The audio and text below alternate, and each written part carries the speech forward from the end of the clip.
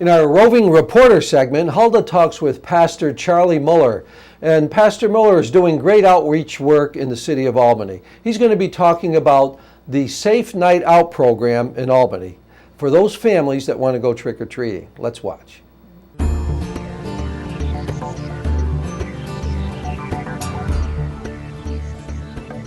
Welcome to the Roving Reporter segment of Impact, where we spotlight special events and organizations in and around the capital region.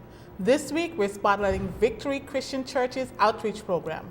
My guest is Pastor Charlie Muller. Pastor Charlie, welcome to our show. So good to be with you today. Thank you, thank you. Now, we brought you here to talk about your outreach program, which is doing such a great thing in the city of Albany and beyond, because I know you have a branch now also in Colony of your church. Yeah. And so I'm assuming that you're doing outreach work also out there. Yes. Are you a transplant to this area, or were you born and raised in this area? Well, I was raised in Europe, and we moved to New Lebanon, New York, which is on the border of Pittsfield, Mass. And when I was in 9th grade, and so we came and went through high school there. And after high school, there was a time where I committed my life to the Lord at 24. Wow. And started to volunteer at Berkshire Farm. Oh my goodness. So Berkshire Farm's a detention home for boys, and that's where we got our heart to really reach out to some of these young kids that are from every city in New York. So Berkshire was just a holding place where the kids would go because they got in trouble for maybe 6 months, 8 months, a year. And we would be really reaching out to these kids, and we would gather them every Friday night. We would build relationships with them. But then we heard they would go back to their cities, and some of them would get killed. Wow. Some of them would become gang members. They'd be imprisoned. So we wanted to carry our outreach on a little bit further. And that's when we decided to go to Albany, the capital of New York, and establish a church that would reach out to these young kids and children in the community. And that's kind of how we got our beginning. Yeah, so you have always been outreach mission minded. Yes. I think that is so wonderful. You know, when I think you have a lot of people, especially my age, who are trying to find their passion. It's great when you can find your purpose and your passion at a young age and kind of live it out. I think that's wonderful. Right. So what age did you become a pastor, and how long have you been a pastor? Well, I committed my life to the Lord at 24, and it was probably 10 years after that. I was like 34 years old. Yeah. I became a pastor. We moved to Albany and decided to build a church that would focus on the community and the kids in the community. And that's what we pretty much did from Jump Street. And it's been 19 years that we've been in the city of Albany. Wow, wow. And 19 years of making an impact, I must say. Well, from day one that we moved to Albany, we reached out beyond our four walls. And we just believe that's the real mission of the church, is to really be strong inside the church in order to reach out of the church. You know, years ago, it wasn't the social services that took care of the people. That is true. It was the church. And as you teach people how to fish for themselves, how to live for themselves, then they in return develop a strong community, strong cities. You know. That is true. That is true. And one of the first things that I was impressed by was the JC Club. Yes. I knew, because I know the area, and I know that's a very hot spot.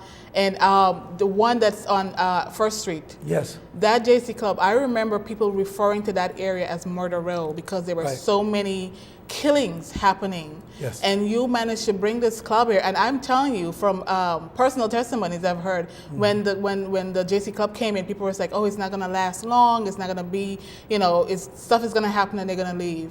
And you've been there for how long? We've been there like 14 years. And really, people really don't know all of what we do. And it always seems like my biggest critics are always picking on what I'm not doing. Well, I can't do everything. That is true. And so we're taking steps to really facilitate a greater mission throughout the entire city and colony. And beyond that, we're going to be reaching out into the Rotterdam Schenectady area next year. And we're going to be going to Hamilton Hill. We're going to be doing gun collections and doing more in the city. Yes, so let's go back to the JC Club. What exactly, for our audience who've just hearing this for the first time, what is the JC Club? Well, I read a newspaper article in the Times-Union. It said 30% of at-risk kids in the inner city go to bed hungry. That is true. And when I read that, I was like, in Albany, there's like 50% kids are on subsidized lunch. But what happens on weekends, days off of school, which is a lot of days off of school, what happens in the summer.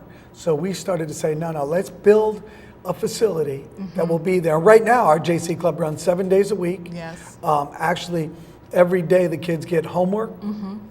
They come, like 50 to 70 kids, and they come for homework and dinner. I think that is wonderful. I think that is wonderful coming from a church organization that's doing the work, that's saying, okay, we're not here just to feel the spirit, but we're here to feel the body also. And I must say, I came into your church Friday morning, and I'm passing by and I see all these guns there. And I thought, okay, did I just see guns at Pastor Charlie's church? And I asked the young man, I said, what is this all about? And he told me that you have a gun buyback program. Right. Well, what happened was we lost one of our little girls on our block. Yes. And when she died, we tried to reach out to the mom, and we did. We were successful with that. We gave her a check to help her with the funeral arrangements and everything, and we found out it was a community gun. We knew the kids were going to the mall and having trouble in Crossgates, so we said, let's give a Crossgates gift card for every gun. And so actually today, I think we called the sheriff. We're going to be turning in like 17 or 18 guns today. So, I mean, the funny thing that hit me was that one of the guns, which I took a picture of, that he had, he said a mother brought it in. She said that her son had it in his backpack. I mean, I can't even imagine that, to see my child having a gun and wanting to know, where did you get it? And it doesn't even matter where you get it. The fact that you could get it out of his hand and put it in the hands of the authorities. I think that's the wonderful thing. And a lot of times these young men are being raised just by mom. That is true. And if there's 4 or 5 other kids, you know, this young man's out on the street a lot, and he's getting around the wrong kids in the neighborhood. That's where we're trying to transport kids to positive programming, because when the kids leave school at 2:30 or 3 o'clock, there's still a whole day left that these kids are out there. And if we can get them into Boys and Girls Club, YMCA, positive programming, you know, after school programs, then they're going to be directed towards, you know, the right path in life. That is true, because I mean, I remember last year we had an incident where a whole bunch of kids were kind of coming down our block and they got into a fight, and it was about 75 children. And the police had to be called, and I thought, where, you know, they didn't have any place to go. And if we can provide these places where these kids can go, it prevents these incidents where they end up in jail, or you know, the police has to come and be a part of it. And one of the problems is everything is funded, but things like that. You know, and a lot of the funding will not go to the after-school programs, which that's where they should go.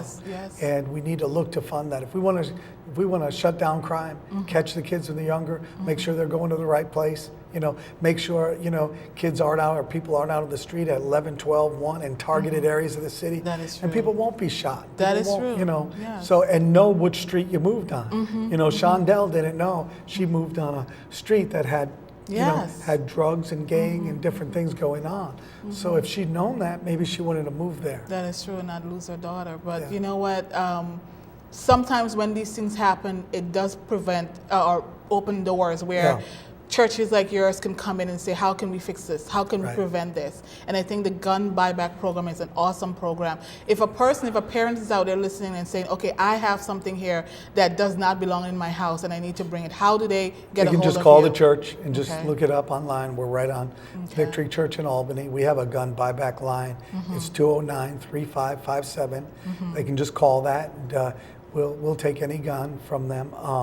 Also though, we really need to send that message that, you know, don't touch a gun, don't hang around with somebody that has a gun, because some kids are going to jail because they were just with somebody that had a gun and shot somebody. Finally, we were talking about the Safe Night Out, which is coming up on October 31st, and that's Halloween, of course. And we know so many things can happen in that season, especially to kids, where you can have abductions, you know, things happen that, you know, we don't want these things to happen, but they do happen. So talk to me about this program. Well, you know, there's a lot of sex offenders that is true. Every Halloween they show the police going to the doors of all them.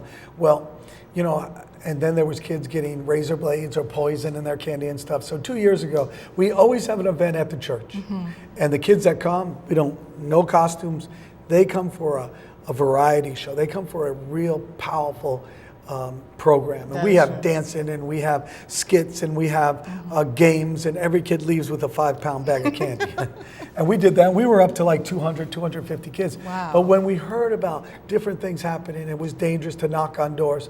We decided to take 45 city blocks, and we have 3 corridors this year, And it's one in the right- South okay. End, one in Arbor Hill, one in West Hill, and the parents sign up. We try to get the family to be together, so mom or true. dad come out, they get to sign up. They can win a family pack. Ooh. They get a hotel stay, flat screen TV, a PS3, Whoa. and for the kids, so the kids, the mom, and the dad, they all get a prize. And this package, we're giving away 3 packages, 1 for each area.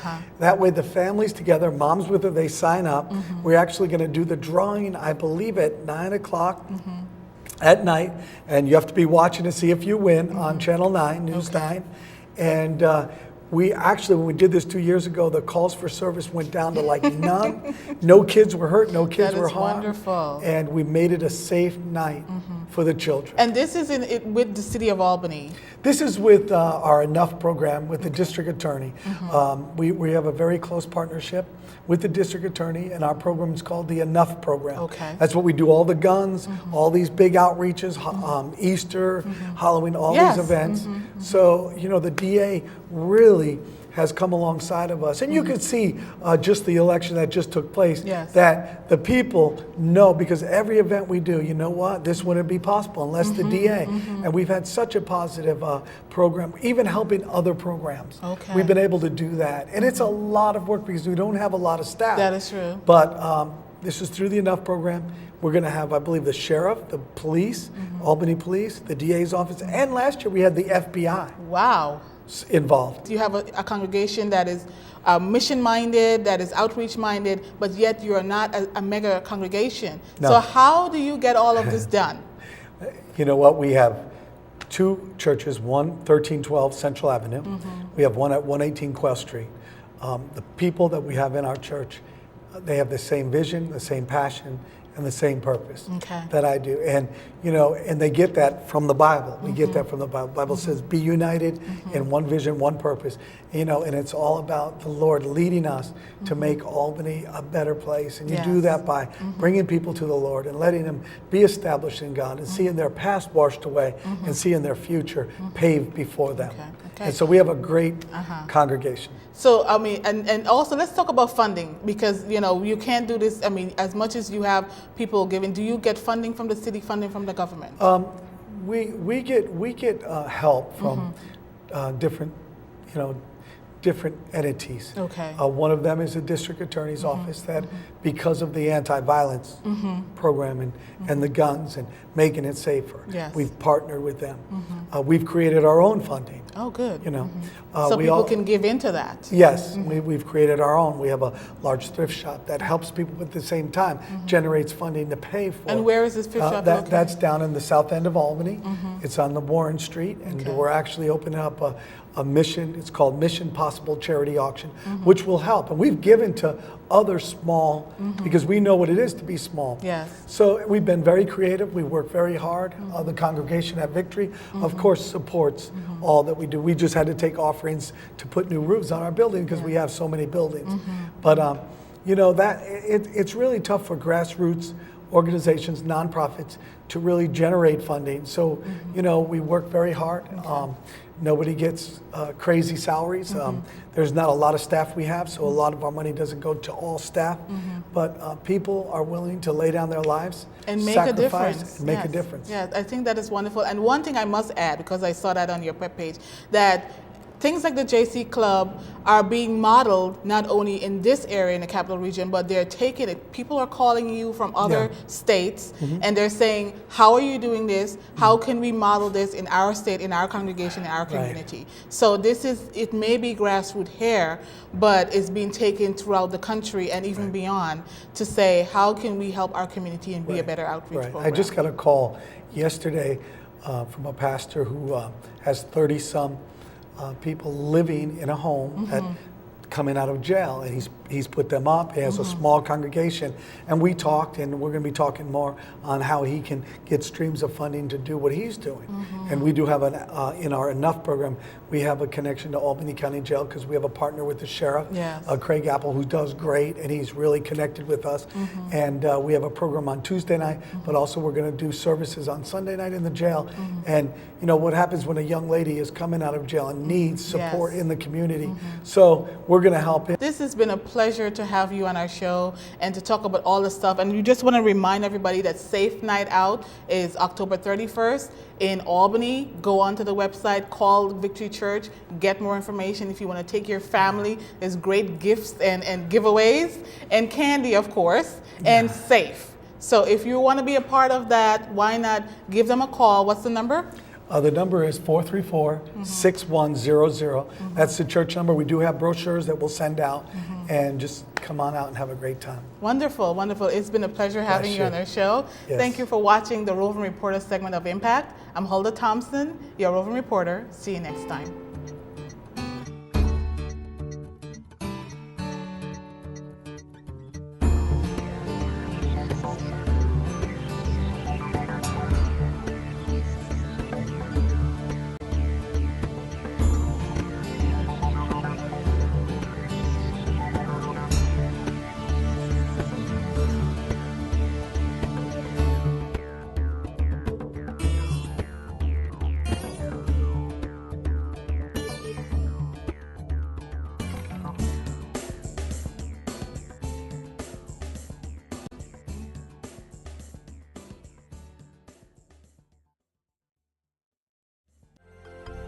Proctor's, bringing the best in arts, education, and entertainment.